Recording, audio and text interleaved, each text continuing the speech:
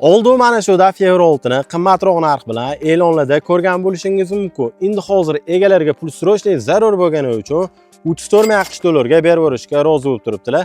Ma'lumotlarini endi birma-bir aytib o'tib ketaman. 2015-yilda ishlab chiqarilgan DAF XF Euro 6 460 tlligi bu yurgan masofasi 1 million kilometr masofadan ozgina oshiq masofani bosib o'tgan.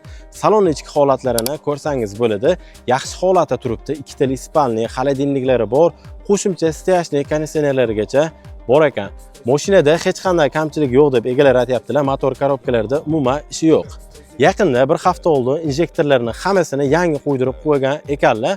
Baklari bu tomonda 750 litrli bak, u tomonda 300 litrli bak bilan jihozlangan. AdBlue'si uzdirib qo'yilgan. Balonlari oldini ko'rsangiz bo'ladi, 90-95% atrofida turibdi.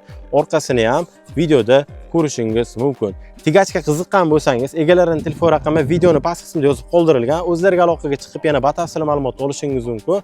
Manzil Namangan viloyati Chortoq tumanida turibdi. Kelib ko'rsangiz bo'laveradi. Bu videoga like bosib, mana shunaqa DAF Euro 6 ni arzon narxda qidiruvga furashdan ishlarga jo'natib qo'yisham esdan chiqmasin. Boshqa sotuvdagi ko'plab furalarni bizni Telegramdagi kanalimizda topishingiz mumkin. O'zbekiston bo'yicha barcha sotuvdagi furalar aynan bizni Telegramdagi kanalda bo'ladi. Kuniga 5 tadan 10 tagacha furalar arzon narxda sotilib ketyapti. Hammaga rahmat.